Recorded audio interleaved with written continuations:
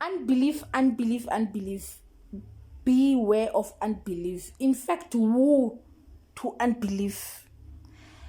In Luke chapter 1, we read about Zechariah and Elizabeth. So Zechariah and Elizabeth were a married couple. They did not have kids. They could not have kids, and they were well advanced in years. Okay.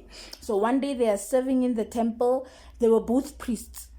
So Zechariah was serving in the temple according to how they do things. Zechariah was then chosen to go and burn incense in the sanctuary. He goes and burns incense.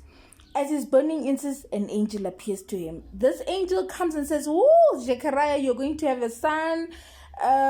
Your prayers have been answered. This son is going to come in the power of Elijah. This son is going to be great. He's going to turn the hearts of sons, or the hearts of the father to the son. He's going to bring joy and gladness to men. The Lord is going to look upon him with favor." He tells him all these good things. Guess what Zechariah's answer was?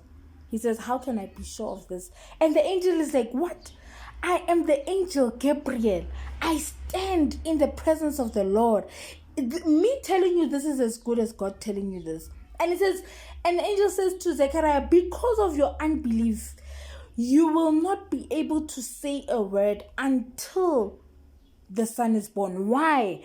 Because unbelief can make you lose your miracle. Unbelief can untimely shorten what God is already doing in your life. Unbelief, and beware. Do not be like Zechariah. When God is telling you all these things that he's going to do in your life, and you say, "But God, how can I be sure?" Because I also understand Zechariah's frustration. I mean, it's been years. They are well advanced in years. Why now? How could it possibly happen now?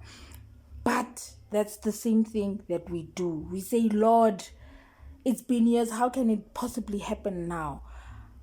But your speech is important. We know that you believe, or we know that you do not believe according to what you say.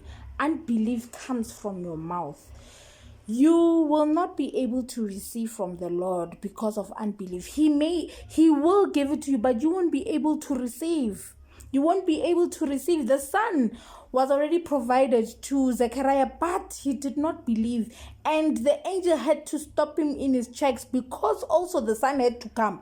John had to come. It was his time to come. According to God's purpose and wisdom, John had to come. And so they shut his mouth. When